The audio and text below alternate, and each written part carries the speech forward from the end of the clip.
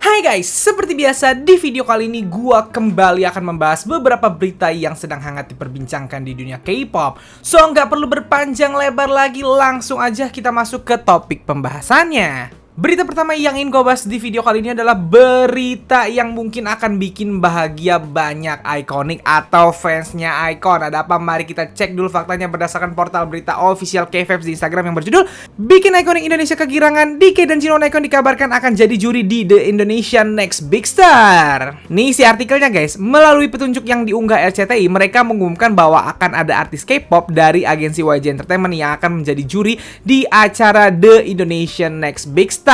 Fans menemukan bahwa foto siluet tersebut adalah foto member iKON DK dan Jinwon, DK Donghyuk ya. Sementara itu ajang pencarian bakat menyanyi ini sedang membuka audisi online saat ini. Cus ikonik Indonesia yang jago nyanyi silahkan langsung daftar. Nah jadi itulah isi beritanya guys. Yap, kemarin rame di berbagai media sosial karena RCTI tiba-tiba nge-upload siluet, bukan siluet, bagian bawah dari muka artis Korea yang mereka bilang dari YG Entertainment dan akan jadi juri di acara ini gitu.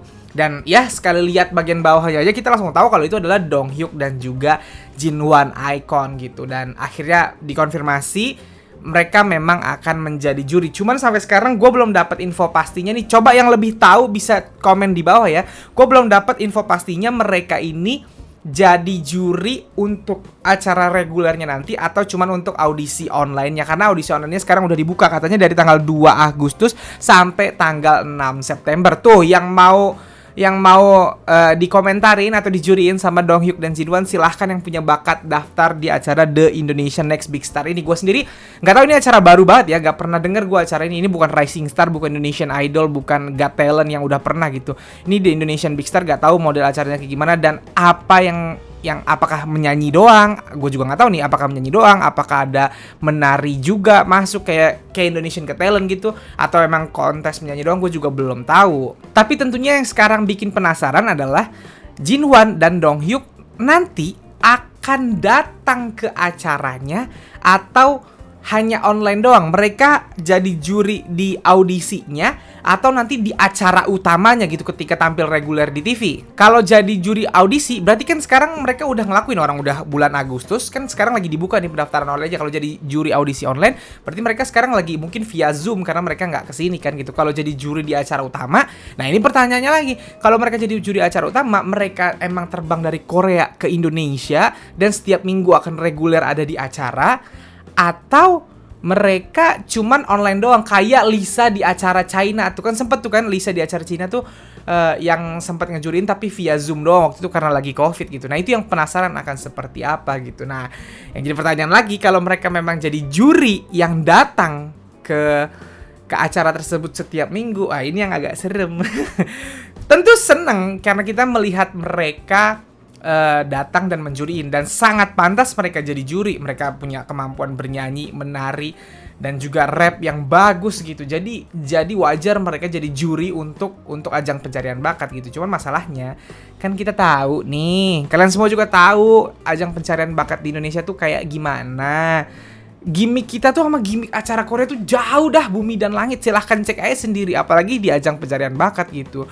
Ajang pencarian bakat Indonesia tuh biasanya si pesertanya tampilnya 3 menit, jurinya bisa setengah jam, komentar bisa sejam gitu ngomongin apa aja. Bahkan kadang peserta itu dikorek-korek kesedihan hidupnya cuman buat bikin nangis penonton supaya rating gitu.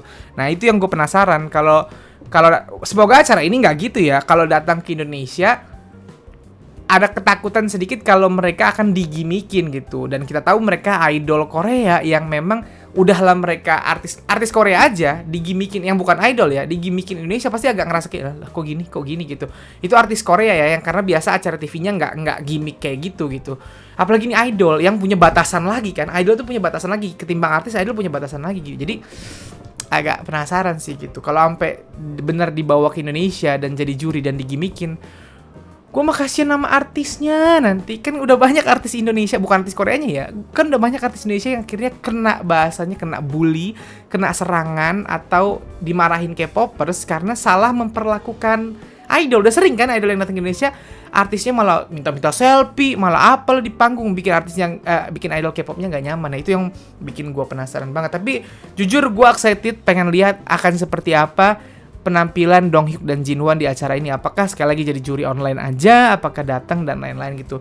Positive thinking, semoga The Next Indonesian Big Star ini bener-bener riset dulu gimana sih caranya kalau misalnya ngebawa artis Korea ke Indonesia jadi juri, gimana cara memperlakukannya supaya mereka nyaman dan mereka nggak sebel gitu. Dan semoga treatment acaranya bagus, gak alay gitu. Karena baru-baru ini ada yang lagi viral kan, Indonesian Got Talent yang jurinya Reza Arab, Ariel, terus Ivan Gunawan sama Denny Sumargo tuh viral kan, dan lumayan enak nontonnya gitu, nggak wadaw lah bahasanya gitu. Nah, semoga doa gue adalah yang terbaik, mereka nyaman di acara Indonesia. Amin. Selanjutnya berita yang ingin gue bahas adalah berita kurang mengenakan nih yang menimpa legend K-pop SNSD. Ada apa? Mari kita cek dulu faktanya berdasarkan portal berita Pancave di Instagram yang berjudul sutradara MV SNSD Forever One meminta maaf usai ketahuan jiplak desain logo anniversary Disney. Nih isi beritanya guys, pada tanggal 14 Agustus sutradara Shin Hee-won mengeluarkan permintaan maaf melalui Instagram atas kontroversi plagiarisme di MV SNSD Forever One. Sebelumnya kesamaan antara properti yang terlihat di MV Forever One dan logo ulang tahun ke-15 untuk Taman Hiburan Tokyo Disney Sea menciptakan kehebohan online memicu tuduhan plagiarisme. Nih Shin Hee-won PD-nya atau sutradaranya menulis, "Saya ingin meminta maaf karena telah menyakiti SNSD dan SM Entertainment karena kontroversi seputar desain set MV Forever One. Selama keterlibatan saya di setiap tahap termasuk produksi serta penggunaan semua alat peraga, desain dipinjam tanpa izin dan saya malu dan menyesal bahwa insiden seperti itu terjadi. Dalam merancang nomor yang akan ditempatkan dalam rangkaian parade merayakan ulang tahun ke-15 SNSD, beberapa gambar referensi terkait desain numerik dipertimbangkan dan setelah gambar yang sesuai dipilih, desain tersebut dipinjam tanpa konfirmasi tentang asal gambar. Saya baru mengkonfirmasi hari ini bahwa desain ini memang adalah desain yang digunakan Tokyo Disney Sea Jepang untuk ulang tahun ke-15 dan saya ingin meminta maaf dengan tulus karena menggunakan gambar ini tanpa konfirmasi atau izin apapun. Untuk memastikan hal ini tidak terjadi lagi, saya akan memeriksa semua hal yang terkait dengan produksi secara menyeluruh mulai sekarang. Akhirnya saya ingin sekali meminta maaf kepada SNSD, SM Entertainment dan semua penggemar yang menonton MV SNSD karena menyebabkan insiden yang merepotkan dengan kesalahan yang ceroboh." Nah, jadi itulah isi beritanya guys. Yap, di MV SNSD Forever One kan itu untuk merayakan anniversary ke-15 ya SNSD. Di MV tersebut ada logo ini, kalian bisa lihat logo angka 15 tersebut yang memicu kontroversi karena dianggap plagiat karena mirip banget sama logo Disney Sea-nya Tokyo untuk ulang tahun ke-15 mereka. Kalian bisa lihat sendiri tuh gambarnya agak mirip kan, bukan agak mirip, memang mirip, bahkan font angka 15-nya pun sama gitu. Sehingga banyak orang yang menuduh, wah ini plagiarisme nih, bukan MV SNSD-nya ya, tapi logo tersebut dianggap wah ini plagiarisme gitu. Dan gak lama setelah itu akhirnya si PD-nya minta maaf dan mengakui ternyata memang itu plagiarisme. Memang dia ngambil referensi dari berbagai bentuk numerik dan dapat itu dipakai sama dia, tapi dia nggak konfirmasi atau nggak minta izin ke yang punya hak untuk yang punya logo tersebut gitu. Desainnya nggak diminta izinkan gitu, sehingga kasus ini ya memang kasus plagiarisme. Nah, yang mesti ditekankan adalah yang plagiat itu bukan SNSD ya. SNSD nggak ada urusannya, mereka adalah artis yang dibikinin MV sutradara yang bikin, bukan mereka yang bikin. Sutradara yang konsepin, mereka yang tampil as artisnya gitu. Memang lagu-lagu mereka, MV mereka gitu, tapi sutradaranya yang buat. Dan sutradaranya ini memang yang harus bertanggung jawab. Ternyata dia tidak bertanggung jawab sebagai sutradara dengan melakukan plagiarisme gitu. Dan sedihnya ya seperti biasa, karena nilas titik rusak susu sebelanga karena kesalahan satu orang, akhirnya membuat ya nama SNSD yang kena, SM Entertainment yang kena gitu. Bang, apakah SM Entertainment juga harus bertanggung jawab?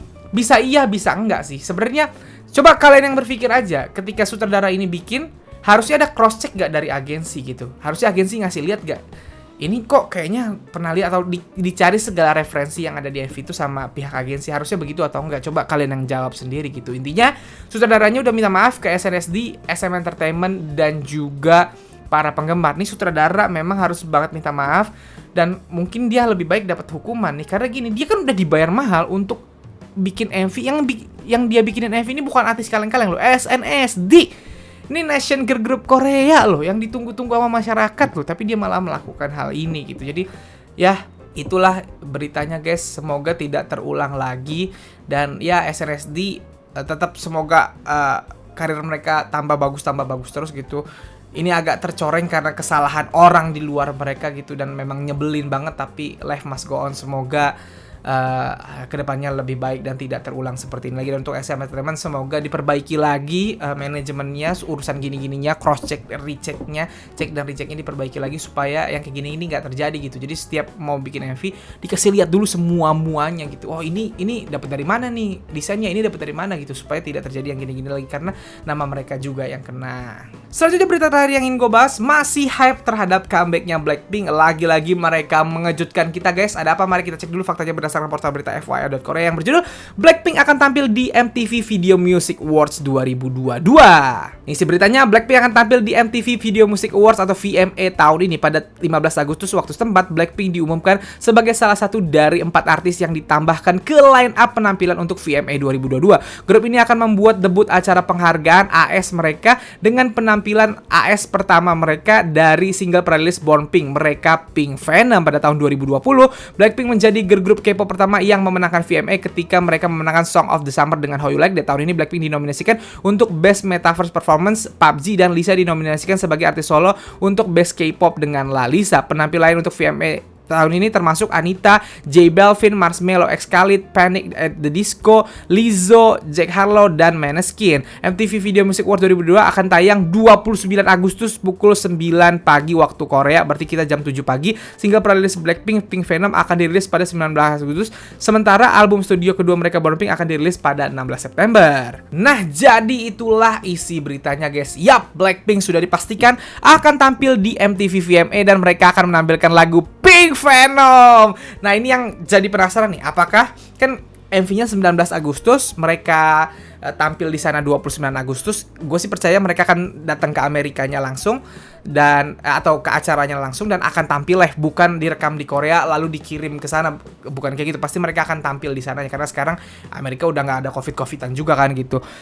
Jadi Pink Venom akan kita lihat di acara penghargaan musik Amerika, dan ini adalah debut Blackpink tampil di acara penghargaan musik gitu. Nah, yang penasaran adalah mereka setelah rilis tanggal 19 mereka akan comeback stage di Inkigayo, Music Bank, Mnet, M Countdown gitu-gitu dulu, atau mereka langsung lompat atau comeback stage pertamanya langsung di debut TV Amerika di acara penghargaan TV Amerika gitu. Gue penasaran gitu.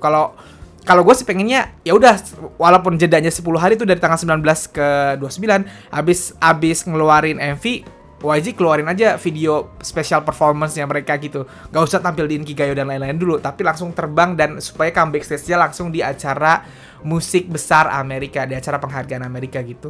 Dan kalau ini terjadi, Blackpink jadi artis kedua Korea setelah BTS yang abis comeback langsung comeback stage-nya di acara penghargaan besar. Ini salah satu acara penghargaan besar di Amerika, MTV VMA gitu, dan mereka juga dapat nominasi lagi. Blackpink udah pernah menang tadi di How You Like That, Song of the Summer tahun 2020 kemarin gitu. Semoga yang ini akan jadi trademark baru dan akan jadi salah satu tanda bahwa kesuksesan Blackpink akan semakin gila, dan kesuksesan untuk comeback kali ini benar-benar akan wah gitu. Kali-kali aja kan bisa dapat nominasi Grammy juga untuk tahun depan. Amin gitu.